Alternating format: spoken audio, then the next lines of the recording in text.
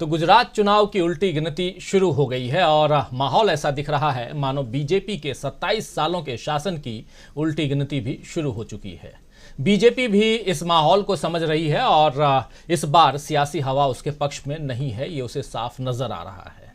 पिछले 27 साल जो बीजेपी ने गुजरात में सरकार चलाई है, जिस गुजरात मॉडल का गुब्बारा पूरी दुनिया में उड़ाया है, उसकी हकीकत तो उसी समय आपको याद होगा सामने आ गई थी जब ट्रंप के गुजरात आने पर सफेद चादर के पीछे गंदगी और गरीबी को छिपाया गया था। गुजरात में विकास लोगों से दूर है और लोगों को जिन अच्छे दिनों की तलाश थी वो अब उन्हें कांग्रेस में नजर आने लगी है। यही कारण है कि भारत जोड़ो यात्रा से 2 दिन का वक्त निकालकर जब राहुल गांधी गुजरात पहुंचे थे तो उन्हें सुनने के लिए भारी भीड़ इकट्ठा हुई थी। इस बार राहुल गांधी ने पीएम मोदी पर बिना कोई हमला किए सीधे सीधे बीजेपी की नीतियों और उसकी वजह से लोगों को हो रही परेशानियों का जिक्र किया। साथ ही लोगों को बताया कि कैसे आदिवासियों को बनवासी कहकर बीजेपी उनसे उनका हक छीनती है। जब मध्य प्रदेश में राहुल गांधी ने यात्रा शुरू की तब भी उन्होंने लोगों को बीजेपी की असलियत से ही परिचित कराया। आज संविधान दिवस के मौके पर राहुल गांधी मध्य प्रदेश के महू गए और वहां बाबा साहब अंबेडकर की जन्मस्थली है। आप जानते हैं राहुल गांधी एक तरफ भारत को जोड़ने के लिए 3500 किलोमीटर की यात्रा कर रहे हैं, संविधान को बचाने के लिए लोगों को साथ जोड़ने में लगे हैं, और दूसरी तरफ देश के गृह मंत्री अमित शाह चुनावी भाषण देते हुए कुछ ऐसा कह जाते हैं जिससे संविधान की मर्यादा का सवाल खड़ा हो जाता है।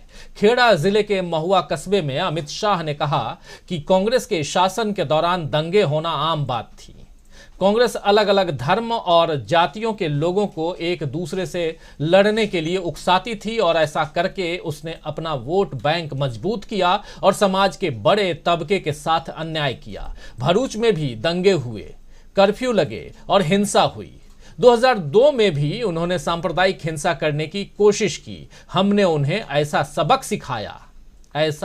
सिखाया, उन्हें जेल में डाला और अब 22 साल हो गए। 2002 से 2022 20 साल हो गए, यहां एक बार भी कर्फ्यू नहीं लगा। आइए जरा सुनते हैं, गुजराती में बोल रहे हैं अमित शाह, आप समझ जाएंगे लबोलुआब क्या है, लेकिन कैसे सबक की बात कर रहे हैं सुन लीजिए। उनकी जुबानी ज्यादा जरूरी है बातों को आगे बढ़ाने के लिए। अमित शाह। भारतीय जनता पार्टीए એવું શાસન આપ્યું કે કોમી હુલ્લડ કરવાવાળા ખોડ ભૂલી ગયા, કોમી હુલ્લડ કરવાની કોઈની હિંમત નથી મિત્રો, રમખાણો કરવાની કોઈની હિંમત નથી મિત્રો। 2002 માં અટકચારો કર્યો તો,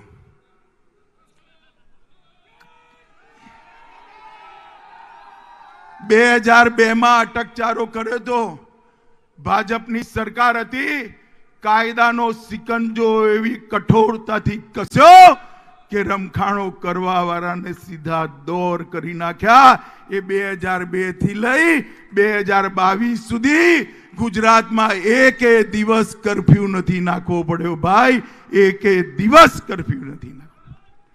અને ગુજરાતની અંદર જે કહેવાતા દાદાઓ ત્યાં ક્યાંક લતીફ, ક્યાંક ઇજ્જુ શેખ, ક્યાંક કોઈક બધા ગુજરાત છોડીને પલાયન કરી ગયા।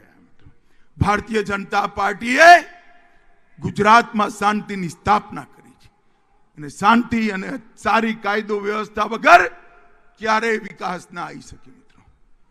વિકાસ લાવવો હોય તો એની પૂર્વ શરત છે કાયદો અને વ્યવસ્થાની પરિસ્થિતિ સારી થવી જોઈએ। तो अमित शाह कह रहे हैं कि 2002 में सांप्रदायिक हिंसा की कोशिश हुई, जबकि सच यह है कि 2002 में गुजरात में ऐसे भयानक दंगे हुए थे जिसमें हजारों जिंदगियां तबाह हो गई थीं। उस वक्त बीजेपी की सरकार थी और नरेंद्र मोदी गुजरात के सीएम थे, लेकिन अमित शाह का कहना है कि हमने उन्हें सबक सिखाया। इस बयान से क्या यह समझा जाए कि बीजेपी को अपने शासन में हुई सांप्रदायिक हिंसा पर कोई अफसोस नहीं हो रहा, बल्कि उसे सबक सिखाने पर गर्व हो रहा है। जैसा उम्मीद थी कि अमित शाह के इस बयान के बाद कई राजनेताओं की प्रतिक्रियाएं आएंगी, ठीक वैसा ही हुआ। खासकर असदुद्दीन ओवैसी ने जमकर भड़ास निकाली। आइए ओवैसी साहब को भी सुन लेते हैं। जनाब अमित शाह ने अपने भाषण में कहीं पर कह दिया कि 2002 में हमने जो सबक सिखाया था उसकी बिना पर गुजरात में अमन कायम हो गया। मैं इस इलाके के एमपी से कहना चाहूंगा, भारत के होम मिनिस्टर से कहना चाहूंगा कि आपने 2002 में जो सबक सिखाया वो सबक ये था कि बिल्किस को रेप करने वालों को आप छोड़ेंगे। आपने जो सबक सिखाया कि बिल्किस की 3 साल की बेटी को उसकी मां के सामने कत्ल करने वालों को आप छोड़ेंगे, ये सबक आपने सिखाया। जो सबक आपने अमित शाह ने सिखाया कि बिल्किस की मां को रेप करके कत्ल करने वालों को छोड़ दिया जाएगा, वो सबक आपने सिखाया। वो सबक आपने ये भी सिखाया, किसका सिखाया आपने, कि एहसान जाफरी का कत्ल किया जाएगा, वो सबक आपने सिखाया। वो सबक आपने सिखाया, गुलबर्ग बेकरी का सबक आपने सिखाया, बेस्ट बेकरी का केस आपने सिखाया। कौन कौन सा सबक हम आपका याद रखेंगे अमित शाह साहब, मगर याद रखिए सबक सिखाना कुछ नहीं है। अमन उसी वक्त मजबूत होता है जब मजलूमों से इंसाफ होता है, जब मजलूमों से इंसाफ होता है। आप सबक सिखाने की बात कर रहे हैं, मगर लोग भूल जाते हैं, इख्तिदार में आकर लोग भूल जाते हैं इख्तिदार किसी के पास नहीं रहा, इख्तिदार किसी के पास नहीं रहेगा। एक दिन इख्तिदार सबसे छीना जाएगा। इख्तिदार के नशे में डूबकर आज भारत के होम मिनिस्टर कह रहे हैं कि सबक सिखाया हमने। अरे आपने तो ओवैसी साहब ने अपना काम कर दिया है। वो जो बात कर रहे हैं उसमें काफ़ी दम है, लेकिन इससे अंततः फायदा बीजेपी को ही होगा। खैर, अमित शाह के सबक सिखाने वाले बयान के बाद अब गुजरात चुनाव में 2002 यानी गोधरा कांड की एंट्री हो गई है। चुनावों में दंगों की बात छिड़ चुकी है और भाषाई मर्यादाएं जो हैं वो तार तार हो रही हैं। आज यूपी के सीएम आदित्यनाथ योगी के का भी एक बयान आया है। उन्होंने केजरीवाल को, अरविंद केजरीवाल को नमूना शब्द से नवाजा है। आइए जरा सुन लेते हैं। उनके लिए नमूना शब्द का इस्तेमाल किया है। जरा सुनिए केजरीवाल साहब के लिए योगी आदित्यनाथ क्या कुछ कह रहे हैं। ये जो आम आदमी पार्टी का नमूना आया है ना यहां दिल्ली से, यह तो आतंकवाद का सच्चा हितैषी है। अयोध्या में राम मंदिर का विरोध करता है और जब भारत की सेना पाकिस्तान के अंदर जाकर के सर्जिकल स्ट्राइक करती है तब भारत के सैनिकों से कहता, बहादुर जवानों से कहता, इसका प्रमाण क्या है? बहादुर जवानों से प्रमाण मांगा जाता है।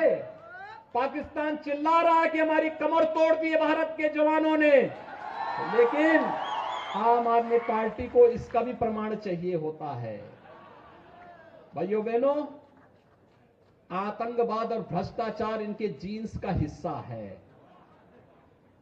इसलिए जो भ्रष्टाचारी हैं, आतंकवाद समर्थक हैं, भ्रष्टाचार।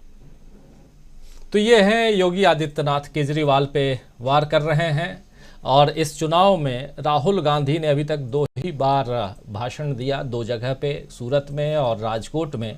इसलिए राहुल गांधी के लिए ऐसे शब्दों का इस्तेमाल नहीं हो रहा है। शायद केजरीवाल सामने हैं इसलिए केजरीवाल पे हो रहा है, वरना बीजेपी तो हमेशा कह रही है कि सामने मुकाबले में कांग्रेस ही है। लेकिन खैर, केजरीवाल का इस पर ट्वीट भी, उनकी प्रतिक्रिया आई है, ट्वीट के जरिए आई, उसको भी देख लेते हैं। उनकी बात क्या कुछ रही, ये सुनिए, देखिए।